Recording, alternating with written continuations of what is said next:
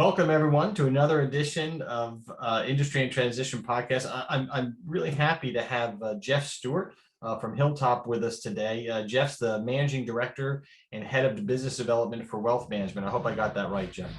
I think you did. Thank you, Tony. And any noise you hear, we have two things to apologize for. One, Jeff's horribly playing background. And number two, the noise that you're going to hear in the background of people doing construction in my house. It is so hard to get a contractor that I'm not going to stop them even for the sake of the show. I want them to continue to work. Just FYI. Fair enough. I'm with you. We know something about having to get hold of contractors in Texas. It's hard to find one. That's right. Well, the same thing here. I think the COVID stuff, everyone's working, but you guys are in the process of moving an office. That's what you said about your background. We are, Tony. Right. As part of our rebranding and really coming out to the street, we are moving our headquarters in about 2 weeks. We're moving to 717 Harwood Street. We're going to occupy the top 6 floors of that building. Oh, nice. And we'll have signage on the top that's about 20 feet tall. So it'll say Hilltop Securities, and we've got our iconic logo, Mo the Buffalo, up there as well. Well, see, now that we started that, I was going to start asking you about COVID, but I think I may start with asking you about something like the Momentum Independent Network that's launching at Hilltop. Let's start with that since we already kind of, hit on it. We can. So in February of this year, we rebranded our Hilltop Independent Network as Momentum Independent Network. And we really wanted to make that distinction because, the independent brand is its own brand. An independent advisor, when he leaves, he believes in his own brand and he's building his own brand. And we thought differentiating Hilltop Securities from the Momentum Independent Network just played to that. It allows us to support those advisors in a fashion they're used to. Yeah, I mean, and in fact, on our deals pages, you guys have two, you keep Hilltop Securities and the Momentum brand separate, which is good. I've also known some people who have gone on and joined Momentum and have had a good experience. The thing about Hilltop is it's kind of the silent giant. You guys do so much in the municipal space. I mean, it's among the top in the United States, and there's so much to offer. I mean, and that's what you look for when you're going independent. You want to sort of work with a firm that has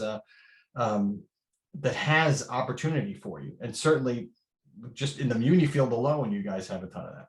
No, we're clearly dominant in the muni field as the #1 municipal advisor in the country. Yeah, and I think, as you said, we're kind of a silent giant.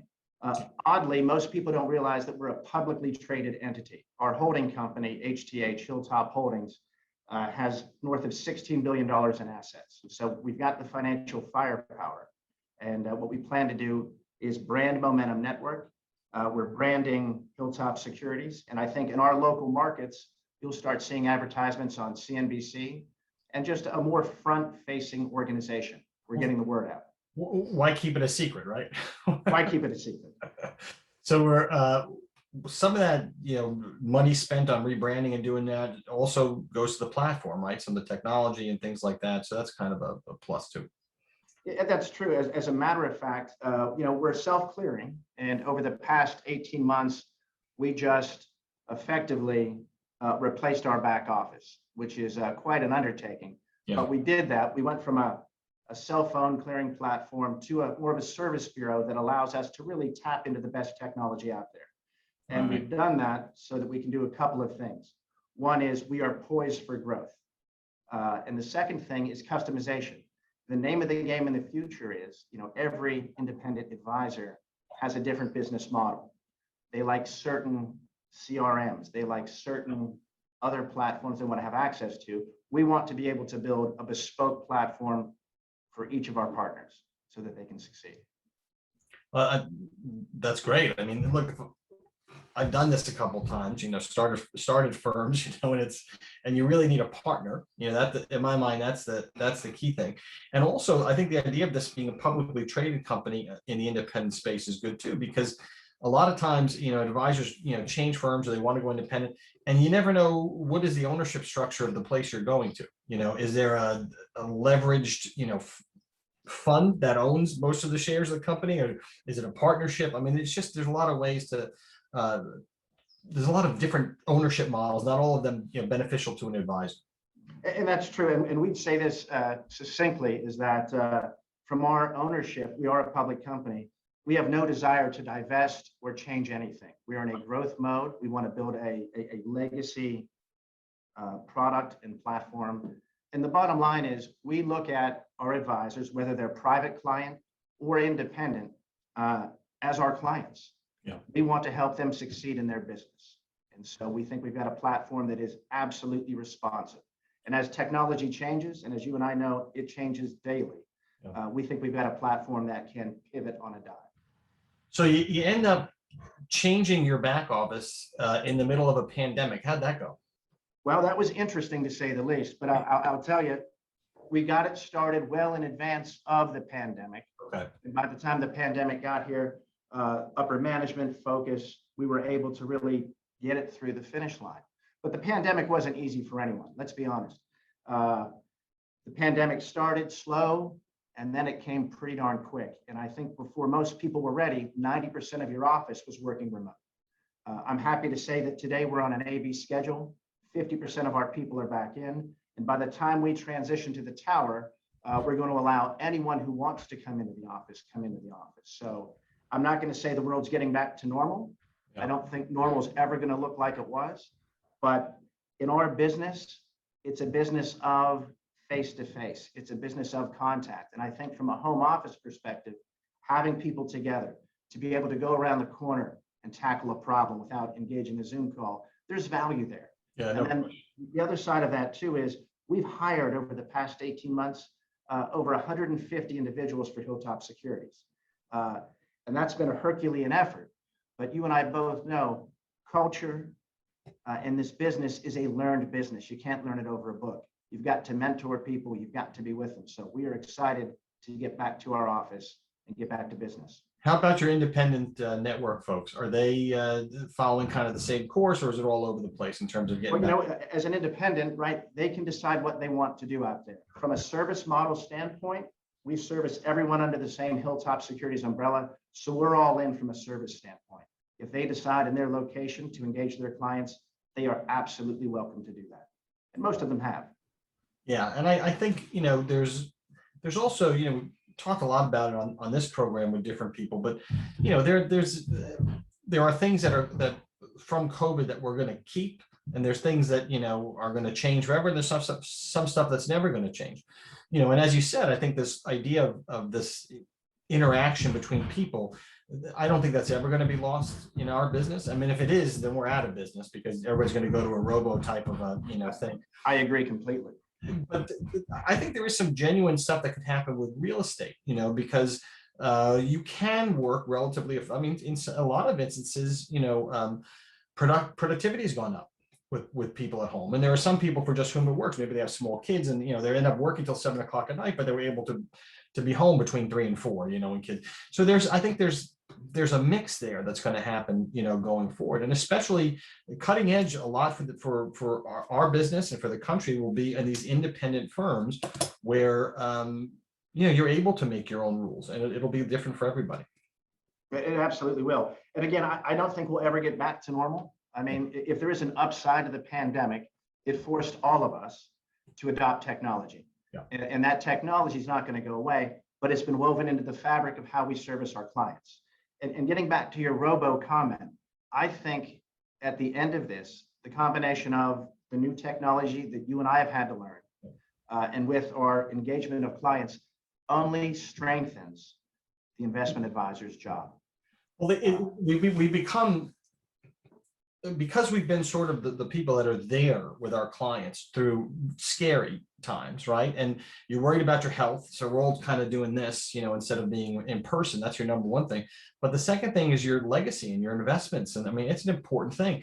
And we had this market that went up and down, was really, you know, difficult to go through. And, you know, universally, every CEO I speak with, you know, every person who's running a firm, they all end up feeling that advice is the thing that the robos can't duplicate, right? So advice is what we're going to hang our hat on if our business is going to survive, you know, going forward. Individualized, you know, bespoke, custom advice. And the delivery model, though, I think is going to be affected by what you just said, which is the technology. So people now are used to having this 24/7 kind of thing. And so the businesses you have to add value through good advice, but you do have to compete with the robos in terms of delivery of the product. You know, if I can. I couldn't agree more. But I think, you know, when things are going swimmingly, robos look fantastic. The market's going up, right? As Mike Tyson said, right? Everyone has a plan until you get hit in the nose. Right. And then what happens? And I think financial advisors are almost like the trainer in the corner in a ring. Life happens. We plan for things, but there's unexpected things that happen all the time. And when it does happen, those end clients really, really are happy to be able to engage an advisor. Yeah. Instead of an 800 number. Yeah, I think there's no question. But I also think that advisors who don't adapt to sort of you're just going to have to be more responsive. And I know people think that, you know, I am with my cell phone, but in my mind, you take money that you were investing in real estate and invest it more in a team that can be a little bit more responsive, that's actually going to be more of the future, so that people will feel like they have a 24/7, because you are competing with that. So they feel like they have like a direct access. They can get somebody on the phone if they need to, type of thing, you know? That's true. And you and I are never without our phones, correct? When it pings, I'm looking, and I'm responsive, as are you. So you have to be, or else we're in big trouble. I'm trying to look at my notes here. I want to, oh, interesting. So one of the things that you and I had talked about, and this sort of goes into, because I wanted to bring this up too, was what would you call? You wouldn't call the pandemic necessarily a natural disaster, but it was a national. It was a disaster for some people. For our industry, tended to do pretty well. But we talked a lot about, you know, how some of the things that COVID-19, you know, brought to our attention were emblematic of natural disasters that you had been through, and sort of how the firm, you know, reacted to it. Right. You know, I think everyone needs to pivot and adapt. And getting back to planning, you can plan for everything. You can plan for education, a child's wedding, a beach home. But when these unexpected events come in, you know, you've also got to have a contingency plan. And you know, just as you may have rainy day money, I think it's key to think about things in terms of keeping your investment program on track. I think you and I both agree that if you need cash tomorrow and you're forced to go into your investment account to liquidate to get it, there's a good chance that money's not coming back. But there are certainly safeguards out there that can allow you to gain access to liquidity without derailing an investment plan. And I think just being cognizant of that can certainly abate some of the issues that people have when they run into health issues, natural disaster issues, what have you. You know, you need to bridge that gap when you run into that crisis, and we just need to plan for it. And I think we can. So certainly you guys had a lot of clients, you know, first of all, you have it in Texas. We had a bunch of natural disasters there, right? So you have a bunch of people local, even people who work in the, you know, the home office must have had this. Well, I'm a perfect example. You know, we were without power for a couple of days. We had pipes burst, and you know, it was quite a mess. And in my own instance, as you just said, you know, a contractor, they're hard to come by today. I know that I'm fully insured, but you know, waiting for Chubb to give me a check before I tracked down a contractor would not have been a great move. So the fact that I had access to liquidity to lock down a contractor really helped out, and that's what we're talking about: having access to liquidity to bridge those gaps. Right, and you're working with the advisors, right, in the firm, just sort of what sort of resources do you give them to sort of get them up to make sure that they're doing that for their clients?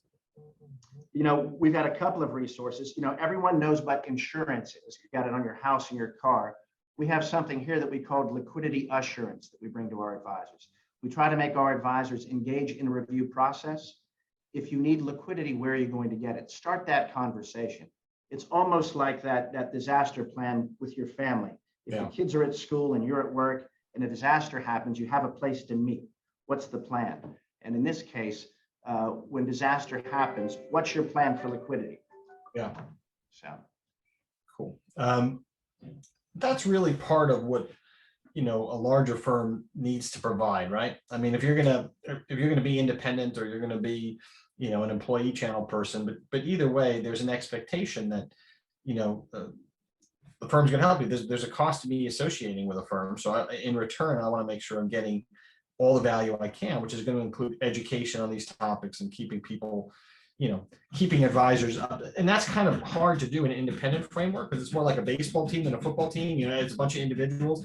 So the challenge for you is how do we get everybody kind of, helping everybody as best we can with, putting meetings on with their clients, providing all this stuff. While at the same time, it's sort of, it's a dispersed network. It is, but I think practice management's key. I think that most people, when they want to transition to an independent network, they want to have their own identity and brand, but they love the resources of practice management. How can I better grow my practice? How can I be more efficient? What are the resources that your firm brings to the table that I can have access to? 20 years ago, you had to be associated with a wirehouse to get some of those services. Right. That's not the case today. Right. And that's a beautiful thing for these advisors that want to be independent. What about for independent firms that want to grow? They want to maybe do some M&A work, or they want to find other firms to buy. There's absolutely, we've got to be a resource there for them. So from an M&A standpoint, we can help coach them and identify acquisition targets. Within our own network, we've got people that are looking to sunset and retire every day. So we've got an active dialogue within our network of advisors. So critical that's so critical to growth for advisor firms, and it's so critical to have a partner to help you because it's very difficult to do on your own. I think it's darn near impossible to do on your own. I guess you could sell your house yourself. Most people choose to engage a professional because, right? The same with dental and heart work, right? I can probably go to a YouTube and fix my tooth. Probably not a good idea. I could probably be doing a lot of the work in my house right now that you hear. It would not be good for my marriage or for. It would probably have to be redone. I tried tiling a kitchen one time. That was good Lord. Well, I'm a New York City kid, so to change the light bulb, we used to call the super. So that's right. I don't know how to do anything. There's a cost. I can get you a table at a restaurant when there's no table. So I shouldn't say I can't do anything. I can do stuff like that. Get a cab when there's no cabs, things like that. I'm just not really good at anything. Look, Tony, I've watched you over the years. You're damn good at a couple things, and you're darn good at understanding the industry and looking where the puck is going. And I think what's really fascinating is the speed of technology changing, the adoption of technology that we were forced to do during the pandemic. I think really sets up independent advisors, all advisors, for massive success going forward. There's no doubt about it. I think the robos are not going to take over anytime soon, and we have a lot of work to do for our clients. Well, that's good. I want to end on that note because that's a high note, and that sounds good to me. Is there anything else you wanted to mention that I forgot to ask you about? No, I think the bottom line is I was at a lacrosse game this weekend and it went into overtime. And the way they described overtime was different than you and I probably heard it when we were young. We would call it sudden death. They referred to it as sudden victory, which I thought was a glass half full kind of way to look at it. I would simply say that over the past 18 months, we've added a number of people. We've reworked our platform. We are in a great position to grow both our private client and our Momentum Independent Network. So keep your eyes peeled. You'll see and hear a lot about us out there. A secret no longer. So that's great. Good to have you, Jeff. And Tony, thank you as always. We'll talk to you again. Thank you, sir. Bye-bye.